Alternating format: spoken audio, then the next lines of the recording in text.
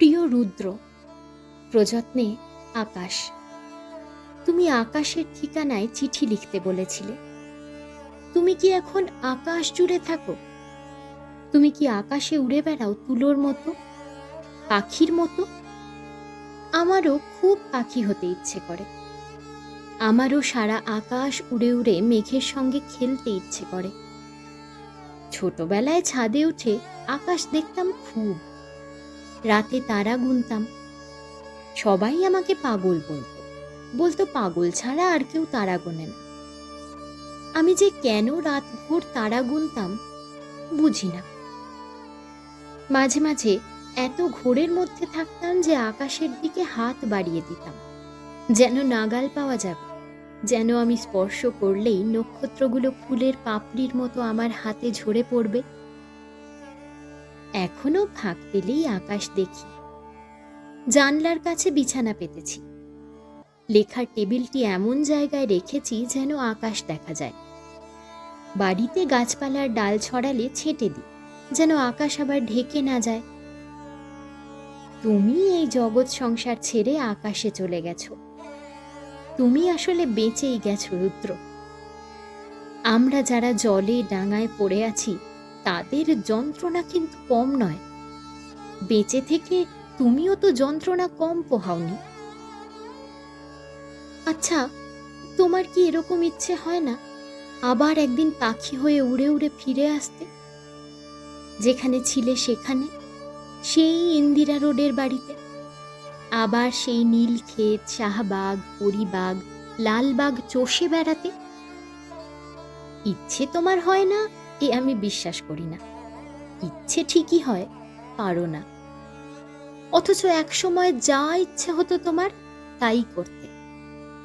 যদি ইচ্ছে হতো সারা রাত না ঘুমিয়ে গল্প করতে, করতে। ইচ্ছে যদি হতো সারা দিন পথে পথে হাঁটতে, হাঁটতে। ইচ্ছে যদি হতো ম্যাথর পড়তে গিয়ে পেট ভরে মদ খেতে, খেতে। কে তোমাকে বাধা দিত? জীবন তোমার হাতের মুঠোয় ছিল। এই জীবন নিয়ে যেমন ইচ্ছে খেলেছ। আমার ভেবে অবাক লাগে, জীবন এখন তোমার হাতের মুঠোয় নেই। যারা তোমাকে একদিন ট্রাকে উঠিয়ে মিঠেখালি নিয়ে গেল মাটির তলায় পুঁতে রাখতে, তুমি তাদের বলতে পারোনি, না যাব না। ঘুরে দাঁড়াতে পারোনি। মিঠেখালির সেই কবরখানার কথা বড় মনে পড়ে। একদিন তুমি বলেছিলে, এখানে আমার বড় মামা আছেন, সেজ মামাও, আমার নানু নানা। কে জানতো এরপর তোমার চেয়ে দ্বিগুণ বয়সী তোমার মামা মামি মা খালাদের রেখে তুমি ওই কবরখানায় ঢুকবে? আচ্ছা রুদ্র, তোমার শরীরখানাকে যখন মাটি চাপা দিল তখন কষ্ট হয়নি তোমার? মাঝে মধ্যে আমি মাটি চাপা কষ্ট অনুভব করি। মনে হয় আশেপাশের মানুষগুলো আমাকে আস্ত পুঁতে ফেলছে মাটিতে। আমার চোখে আলো পড়ছে না, আমি কথা বলতে পারছি না, শ্বাস বন্ধ হয়ে আসছে। মৃত্যুর আগেই এমন মৃত্যু যন্ত্রণা অনুভব আর কি কেউ করে? এদিক থেকে আমার বোধহয় লাভই হলো। আমি যখন মরব আমার কষ্ট অনেকটা কমে আসবে। বলতে পারো আমি কিভাবে মরব? আমি ঠিক জানি ওরা আমাকে মেরে ফেলবে একদিন। যে কোনো দিন দেখব মরে পড়ে আছি, হাত পায়ের রগ কাটা। আমাকে তুমি বলেছিলে আমার মরতে ইচ্ছে করে মিছিলে, গুলি খেয়ে। মৃত্যুর কথা শুনে আমার গা কাঁপত। জগতে মৃত্যুর মতো ভয়ঙ্কর আর কিছু নেই। মৃত্যু আছে জেনেও আমি বুঝি না মানুষ কি করে দীর্ঘস্থায়ী করে মানুষের প্রতি মানুষের বিদ্বেষ বিচ্ছেদ। ভাবলে আমার অবাক লাগে, এই পৃথিবীতে আমি আর থাকবো না। আমিও তোমার মতো হুট করে একদিন মরে যাব। তোমার মতো দাঁত মাজতে মাজতে চমৎকার একটি দিন শুরু করব যখন, দেখব মুখ থুবড়ে পড়ে আছি বেসিনে। আচ্ছা, এরকম হতে পারে না প্রতি 100 বছর পর পর জন্ম নেব? তাতে একটি লাভ হবে, মানুষ কত সভ্য হলো তা চোখে দেখতে পাবো। এখন তো আমার প্রায়ই মনে হয় এদেশের মানুষ দিন দিন এমন অধঃপাতে যাচ্ছে তাদের আর সভ্য হবার সম্ভাবনা নেই। আবার এও মনে হয় দেশ থেকে একদিন মৌলবাদ দূর হবে, ধর্ম দূর হবে, মানুষ সুস্থ সুন্দর জীবন যাপন করবে। এরকম দিন নিশ্চয়ই আসবে একদিন। একবার দু চোখ মেলে সেই দিনটি আমার দেখতে ইচ্ছে করে। তুমি ধর্ম মানতে না, অথচ দেখো তোমার মৃত্যু উপলক্ষে কোরআনখানি, মিলাদ, মাহফিল কি না হলো।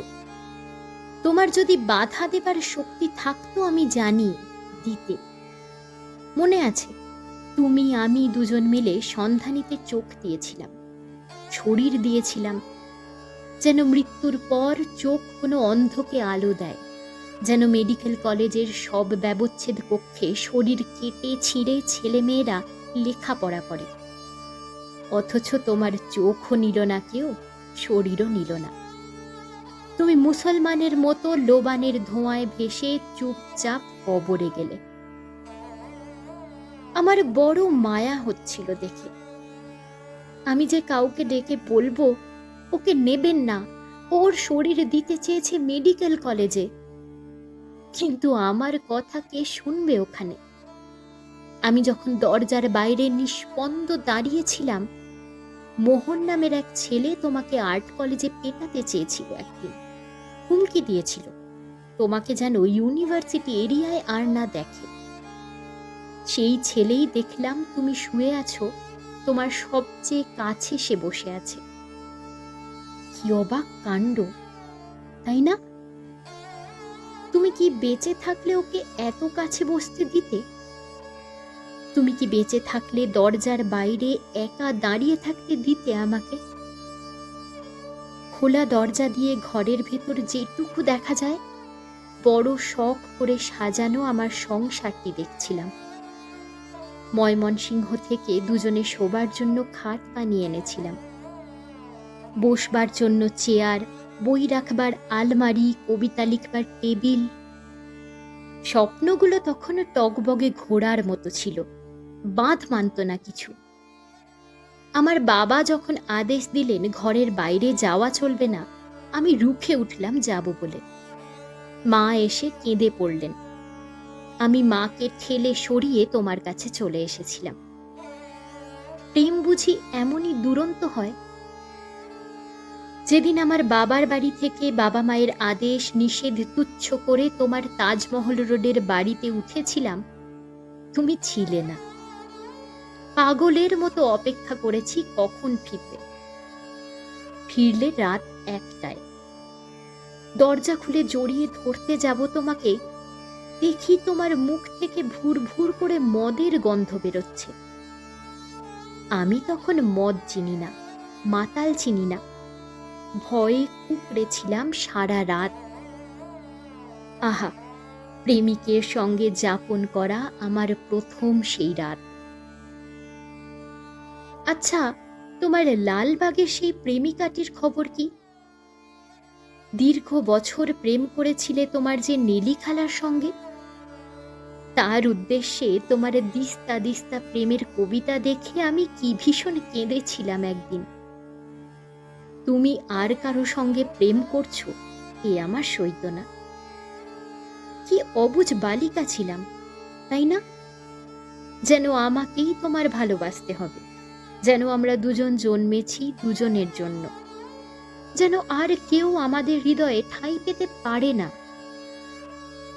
আসলে কি কেউ কারো জন্য জন্মায়? আমি অনেকটা জীবন পেরিয়ে এসে এখন বুঝি মানুষ আসলে নিজের জন্য জন্মায়। তুমি যেদিন বললে তোমার নেলি খালার সঙ্গে তুমি শুয়েও ছিলে, আমার ইচ্ছে হয়েছিল আত্মহত্যা করি। তখন আমি ওপিয়ামের নাম জানি, যা খেলে খুব নীরবে মরে যায় মানুষ। যদি বুদ্ধি করে ওপিয়াম এনে দিতে হাতে, ওর নির্যাসটুকু পান করে দিব্যি মরে যেতে পারতাম। এক রাতে নেলিখালা এসেছিল বাড়িতে। তুমি ব্যাকুল হয়ে উঠলে, তোমার চোখের তারায় ভালোবাসা কাঁপছিল। আমার একা একা লাগছিল। যে আমি তোমাকে দুদণ্ড চোখের আড়াল করতে পারি না, সেই আমাকে তুমি একা ঘরে ফেলে রেখে খালার সঙ্গে পাশের ঘরে দীর্ঘ দীর্ঘক্ষণ কাটিয়ে দিলে। মাঝে মধ্যে আমার মনে হতো আমি বোধহয় খুব স্বার্থপর, তোমাকে আমি কারো সঙ্গে ভাগ করতে চাই না। তুমি তা বুঝেই হয়তো মুক্ত দাম্পত্যের কথা বলতে, যেন আমার জীবনে তোমাকে এত শক্ত করে না বাঁধি। তুমি বাঁধন আলগা করতে চাইতে কেবল নিজের বেলায়, আমার বেলায় কিন্তু না। একবার আমি ভাইয়ের বাড়িতে গিয়েছিলাম নয়াপল্টন, একা। বিকেলে ফিরে এসে বললে, তুমি কারো সঙ্গে রিকশায় কলা বাগানের দিকে গিয়েছ? বললাম, না তো। তবে যে তোমার মতো দেখলাম। বললাম, ভুল দেখেছ। এই ভুল দেখা নিয়ে তুমি কিন্তু ছটফট কম করনি। আমি কারো সঙ্গে মিশেছি জানলে যদি তোমার কষ্ট হয়, তবে তুমি কেন বুঝতে চাইবে না যে আমারও কষ্ট হয়? তুমি যখন আমাকে একা রেখে লালবাগ যাও, বানিয়া শান্তা যাও। আসলে দাম্পত্য মানেই বন্ধন, এ কখনো মুক্ত হয় না। মুক্ত হলে এটি আর দাম্পত্য থাকে না। আমার সবচেয়ে ভালো লাগতো ম্যাচ বক্স টোকা দিয়ে দিয়ে যখন গাইতে, আমার মনের কোণে বাউরি বাতাস। তখন আমার মনের কোণেও আমি অবাক হয়ে লক্ষ্য করতাম বাউরি বাতাস বইছে। তুমি কি এখন আর গান গাইবে না রুদ্র? সাকুরার কোণার টেবিলে বসে আমাদের কত গানের দুপুর কেটেছে। মাঝে মধ্যে সাকুরার সেই টেবিলটিতে বসি, এক দু পেগ ব্ল্যাক লেবেল পান করি, আর ভেবে খুব হাসি পায় মদ ব্যাপারটিকে একসময় কি ভীষণ ঘৃণা করতাম। তুমি মদ খেয়েছ শুনলে সারা রাত বালিশে মুখ গুঁজে কাঁদতাম। বালিকা বয়সে সবাই বোধহয় ওরকমই হয়। যেদিন ট্রাকে করে তোমাকে নিয়ে গেল বাড়ি থেকে, আমার খুব দম বন্ধ লাগছিল। ঢাকা শহরটিকে এত ফাঁকা আর কখনো লাগেনি। বুকের মধ্যে আমার এত হাহাকারও আর কখনো জমেনি। আমি ঢাকা ছেড়ে সেদিন চলে গিয়েছিলাম ময়মনসিংহে। আমার ঘরে বাক্স ভর্তি তোমার চিঠিগুলো হাতে নিয়ে জন্মের কান্না কেঁদেছিলাম। আমাদের বিচ্ছেদ ছিল 4 বছরের। এত বছর পরও তুমি কি গভীর করে আমার বুকের মধ্যে রয়ে গিয়েছিলে, সেদিন আমি টের পেয়েছি। তোমার সঙ্গে শেষ দিকে হঠাৎ হঠাৎ দেখা হতো। একবার আমার আরমানিটোলার বাড়ি নিয়ে এলাম তোমাকে। আঙুল তোমার পচে যাচ্ছিল, সেটিকে মেডিকেলে নিয়ে পুঁজ রক্ত বার করে ব্যান্ডেজ করে দিলাম। বাড়ি এনে ভাত খাইয়ে দিলাম মুখে তুলে। তুমি শিশুর মতো আদর নিলে। আদর পেলে তুমিও শরীর পেতে সেই আদর গ্রহণ করো। কিন্তু হঠাৎ তোমার কি হয় কে জানে, সব আদর পায়ে মারিয়ে চলে যাও। আমার এই দুঃখ কোনো দিন যাবে না যে তোমাকে আমি আমার করে কখনো পেতে পারিনি। শেষ দিকে ব্যবসা বাণিজ্যে মার খেয়ে গেলে বলেই হয়তো ওষুধ কিনবার পয়সাও তোমার পকেটে ছিল না। আমার বড় হাসি পায় দেখে এখন, তোমার শয়ে শয়ে বন্ধু বেরোচ্ছে। তারা তখন কোথায় ছিল যখন পয়সার অভাবে তুমি একটি সিঙারা খেয়ে দুপুর কাটিয়েছ? আমি না হয় তোমার বন্ধু নই, তোমাকে ছেড়ে চলে এসেছিলাম বলে। এই যে এখন তোমার নামে মেলা হয়, তোমার চেনা এক আমিই বোধহয় অনুপস্থিত থাকি মেলায়। যারা এখন রুদ্র রুদ্র বলে মাতম করে, বুঝি না তারা তখন কোথায় ছিল। কেন আমি তোমাকে ত্যাগ করবার পরও আমাকেই তোমার পকেটে টাকা গুঁজে দিতে হতো? মাতম করা বন্ধুদের বেশিরভাগই যে কেবল তোমার বাংলা মদপানের পার্টনার ছিল, সে আমি জানি। তুমি খুব চাইতে লেখাকে তোমার পেশা করতে পারোনি। যারা তোমাকে চেনে না যখন জিজ্ঞেস করত আপনি কি করেন, তুমি বলতে লিখি, ওরা অবাক হতো শুনে। ভাবতো লেখা আবার কোনো পেশা হয় নাকি? লেখাকে শেষ অবধি পেশা করেছি আমি। স্বাস্থ্য অধিদপ্তরের ডিজির টেবিলে রেজিগনেশন রেখে চলে এসেছি প্রায় 1 বছর হলো। এর মধ্যে কত কিছু ঘটে গেছে, তুমি কি খবর রাখো? আকাশ থেকে তো সব দেখা যায়, তুমি কি দেখো? নাকি সবাইকে খুব ক্ষুদ্র মনে হয়? পিপিলিকার মতো মানুষগুলো হাঁটছে, দৌড়াচ্ছে, ঘরবাড়ি গড়ছে, স্বপ্ন দেখছে, মরে যাচ্ছে। তুচ্ছ এই জীবনের সুখের জন্য মরিয়া হয়ে উঠছে। মাঝে মধ্যে বেঁচে থাকবার জন্য মানুষের কাণ্ড দেখে এই জগতে দাঁড়িয়েও আমার হাসি পায়। তুমি কেন হাসবে না বলো?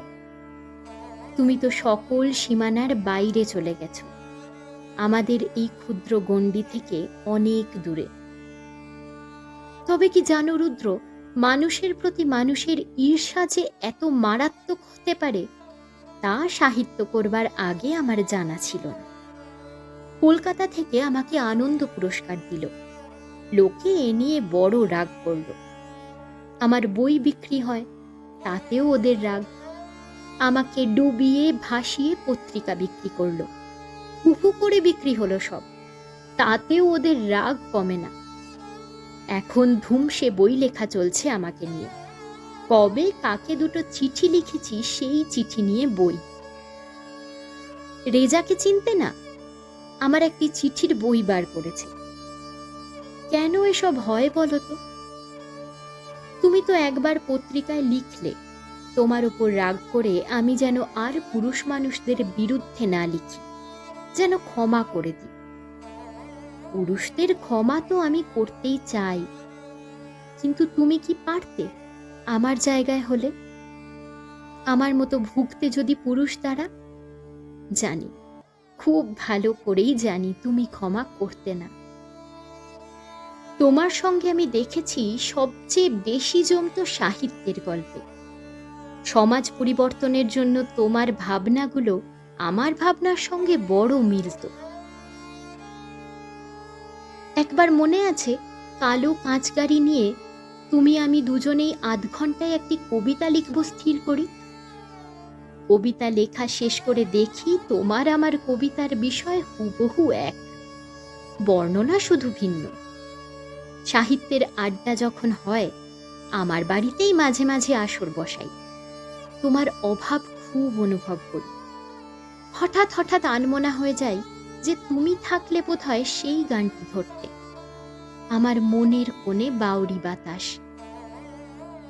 কতদিন আমার মনে বাউরি বাতাস বয় না, কতদিন আমি আর আবেগে আগের মতো কাঁপি না, যেমন কেঁপে উঠতাম তোমার সামান্য স্পর্শে। সবচেয়ে যে জিনিসটি আমি বেশি চাইতাম দুজনের মধ্যে, তা নিখাদ ভালোবাসা আর বিশ্বাস। তুমি দিন দিন লুকিয়ে লুকিয়ে সেটিরই খেলাপ করতে। তুমি করতে সে তোমার অক্ষমতা, তবে আমি কিন্তু মরতে দিইনি তোমার প্রতি আমার তীব্র ভালোবাসাকে। আমি রাগ করেছি, তালাকনামা পাঠিয়েছি, কিন্তু আবেগ এক ফোঁটা কমেনি। একা একা বুকে করে সব বয়ে বেরিয়েছি। এখনো তোমার পুরনো চিঠিগুলো দেখলে হৃদয়ে ধুকপুক বাড়ে। মনে পড়ে তোমার এক একটি চিঠি আমাকে এক সমুদ্র সুখে ভিজিয়ে রাখত। কত কি যে ঘটে গেল। এখন আমার জীবন জুড়ে তুমি নেই, তোমার চিঠি আছে। তুমি নেই, তোমার বন্ধন পড়ে আছে এর মতো। চিঠিগুলো দুলাল নামের এক ছেলে চেয়েছিল ছেপে দেবার জন্য, দিনি। একান্ত যা আমার তা আমি 7 লোককে পড়াবো কেন?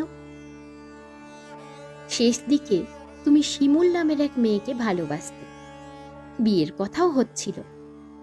আমাকে শিমুলের সব গল্প একদিন করলে। শুনে তুমি বোঝনি আমার খুব কষ্ট হচ্ছিল, এই ভেবে যে তুমি কি অনায়াসে প্রেম করছো, তার গল্পও শোনাচ্ছ। ঠিক এরকম অনুভব একসময় আমার জন্য ছিল তোমার। আজ আর একজনের জন্য তোমার অস্থিরতা, নির্ঘুম রাত কাটাবার গল্প শুনে আমার কান্না পায় না বলো? তুমি শিমুলকে নিয়ে কি কি কবিতা লিখলে তা দিব্যি বলে গেলে। আমাকে আবার জিজ্ঞেসও করলে কেমন হয়েছে। আমি বললাম খুব ভালো। তুমি হঠাৎ হঠাৎ বড় অকপট ছিলে, যে জিনিসটি আমার বড় ভালো লাগত। শিমুল মেয়েটিকে আমি কোনোদিন দেখিনি। তুমি তাকে ভালোবাসো যখন নিজেই বললে, জানি না আমার ওপর শোধ নেবার জন্যই বললে কিনা, আমার খুব কষ্ট হচ্ছিল। যে কষ্ট তোমাকে আমি বুঝতে দিইনি, কারণ তোমাকে ছেড়ে কারো সঙ্গে এক ঘরে হয়তো আমি বাস করেছি, কিন্তু ভালোবাসতে পারিনি। ভালোবাসা যে যাকে তাকে বিলোবার জিনিস নয়, এ কথা তুমি যদি না বোঝো, পাছে আমাকে দোষী করো। তাই বলিও নি, শত কোলাহলে ডুবে থেকেও আমার একাকিত্বের গল্প। কেবল তোমার গল্পই শুনে গেছি, শুনতে শুনতে হেসেছি, হাসতে হাসতে চোখ মুছেছি আঁচলে। ঠাঁই ছিল না আমার সোনার তরিতে। এঘাটে ওঘাটে কেবল দিয়ে ফিরেছি, সব দিয়ে নিজের ঘাটে শূন্য তরি ভিড়িয়েছি। জীবন ভোর সকলে কেবল দুহাত ভরে নিল। তা নিক, আমি যে দিতে পারি এই আমার সুখ। মানুষ তো শেষ অবধি মানুষের জন্যই।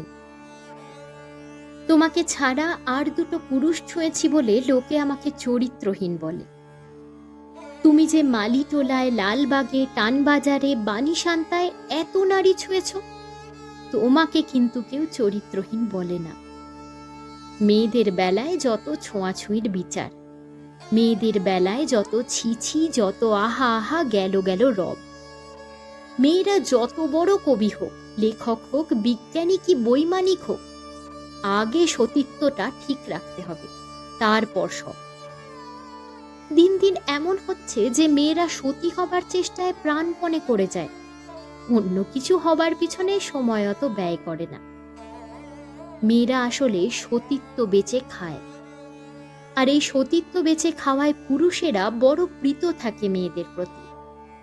আর মেয়েরাও এমন নির্বোধ যে পুরুষদের আরো প্রীত করবার জন্য জীবন ভোর ব্যস্ত থাকে। অধিকাংশ মেয়েদের তো নিজের খাবার নিজে জোগাড় করার যোগ্যতা নেই, পরের ওপর খায়। পরনির্ভর মেয়েরা যখন সতীত্বের বড়াই করে, দেখে এত রাগ হয় আমার, কি বলবো। আকাশের সঙ্গে কত কথা হয় রোজ, কষ্টের কথা, সুখের কথা। এখনো রাতের আকাশ পেলে, কাজকর্ম ফেলে কিশোর বেলার মতো নক্ষত্র গুনি। একদিন আকাশ ভরা জ্যোৎস্নায় গা ভেসে যাচ্ছিল আমাদের। তুমি দু চারটে কষ্টের কথা বলে নিজের লেখা একটি গান শুনিয়েছিলে, ভালো আছি ভালো থেকো, আকাশের ঠিকানায় চিঠি লিখো। মংলায় বসে গানটি লিখেছিলে। মনে মনে কার চিঠি তুমি চেয়েছিলে? আমার, নেলি খালার, শিমুলের? অনেক দিন ইচ্ছে তোমাকে একটি চিঠি লিখি। একটা সময় ছিল তোমাকে প্রতিদিন চিঠি লিখতাম, তুমিও লিখতে প্রতিদিন। তোমার অনেকগুলো ঠিকানা ছিল, মংলার, মিঠেখালির, ঢাকার, আর সেবার আরমানিটোলার বাড়িতে বসে দিলে আকাশের ঠিকানা। তুমি পাবে তো এই চিঠি? আকাশের সঙ্গে আমারও বন্ধুত্ব ভালো। যে কোনো দিন হুট করে চলে যাব তুলোর মতো উড়ে বেড়াতে। না পড়া বইগুলো ফেলে, গোছা গোছা স্বপ্ন ফেলে, প্রিয় মানুষ ফেলে তুমি যেমন চলে গেছো, এমন তো আমিও যাব। নক্ষত্রগুলোর সঙ্গে এক্কা দোক্কা খেলব। জগতের দিকে চোখ রেখে আমার কি তখন খানিকটা দুঃখ হবে এই ভেবে যে কিছুই দেখা হয়নি যা দেখার কথা ছিল? হবে হয়তো। জীবন এবং জগতের তৃষ্ণা তো মানুষের কখনো মেটে না, তবু মানুষ আর বাঁচে কদিন বলো? দিন তো ফুরোয়, আমারও কি দিন ফুরোচ্ছে না? তুমি ভালো থেকো, আমি ভালো নেই। ইতি সকাল। পুনশ্চ আমাকে সকাল বলে ডাকতে তুমি। কতকাল ওই ডাক শুনি না। তুমি কি আকাশ থেকে সকাল, আমার সকাল বলে মাঝে মাঝে ডাকো, নাকি আমি ভুল শুনি? এতক্ষণ শুনলেন গল্পগ্রন্থ দুঃখবতী মেয়ে থেকে সংকলিত তসলিমা নাসরিনের লেখা ভালো নেই ভালো থেকো। তার এক সময়ের প্রেমিক, বন্ধু, প্রাক্তন স্বামী রুদ্র মোহাম্মদের উদ্দেশ্যে চিঠির আকারে এটি লেখা হয়েছে। এতদিন জানতাম এটা রুদ্রকে লেখা তসলিমা নাসরিনের একটি চিঠি। আজ পাঠ করে দেখলাম এটি আসলে তার চেয়ে অনেক বেশি কিছু। এটা পোস্ট করার উদ্দেশ্য একটাই, আমি যা জেনেছি অন্যরাও তা জানুক এবং বুঝুক। এটা একটা সাহিত্য বটে। আমি সুদেষ্ণা আমার এই অনুভূতির অবকাশে ইউটিউব চ্যানেলে আপনাদের পাঠ করে শোনাই ছোট ছোট গল্প, কবিতা, ভালোবাসা, ভালো লাগা, জীবনের নানান সুখ দুঃখ, নিত্যদিনের রোজ নামছার মুহূর্তের কথা। যদি আমার পাঠ আপনাদের ভালো লেগে থাকে দয়া করে চ্যানেলটি সাবস্ক্রাইব করে পাশে থাকুন। চ্যানেলটি সাবস্ক্রাইব করার সময় পাশে থাকা বেল আইকনটি ক্লিক করতে ভুলবেন না যেন, যাতে নতুন ভিডিওর নোটিফিকেশন সবার আগে পৌঁছে যায় আপনাদের কাছে। আজকের পাঠ ভালো লাগলে ভিডিওটিকে লাইক ও শেয়ার করুন। অবশ্যই কমেন্ট সেকশনে সকলের মূল্যবান মতামত জানান। আমার আরও একটি ইউটিউব চ্যানেল আছে, নাম সাহিত্য সংলাপ। সেখানে আমি পাঠ করে থাকি বাংলার বিখ্যাত লেখক লেখিকার কালজয়ী গল্প ও উপন্যাস। যদি আপনাদের গল্প ও উপন্যাস অডিও স্টোরি হিসাবে শুনতে ভালো লাগে তাহলে একবার চ্যানেলটি ঘুরে দেখতে পারেন। ভালো লাগলে ভিডিওগুলিকে লাইক ও শেয়ার করবেন। ওই চ্যানেলটিও সাবস্ক্রাইব করে পাশে থাকবেন। সেখানেও কমেন্টে সকলের মতামত জানাবেন। বর্তমানে সেখানে দুটি ধারাবাহিক উপন্যাস পাশাপাশিভাবে চলছে। একটি সুনীল গঙ্গোপাধ্যায়ের লেখা কালজয়ী উপন্যাস সেই সময়, আর একটি বিভূতিভূষণ বন্দ্যোপাধ্যায়ের কলমের অমর সৃষ্টি আদর্শ হিন্দু হোটেল। অনেকগুলো করে পর্ব ইতিমধ্যেই এসে গেছে। তাহলে আর দেরি কেন, ঝটপট গিয়ে শুনে ফেলুন। অবশ্যই সকলের মতামত সব সময় জানাবেন। আপনাদের মতামত আমার কাছে ভীষণ মূল্যবান। ভালো থাকবেন, সুস্থ থাকবেন। ধন্যবাদ।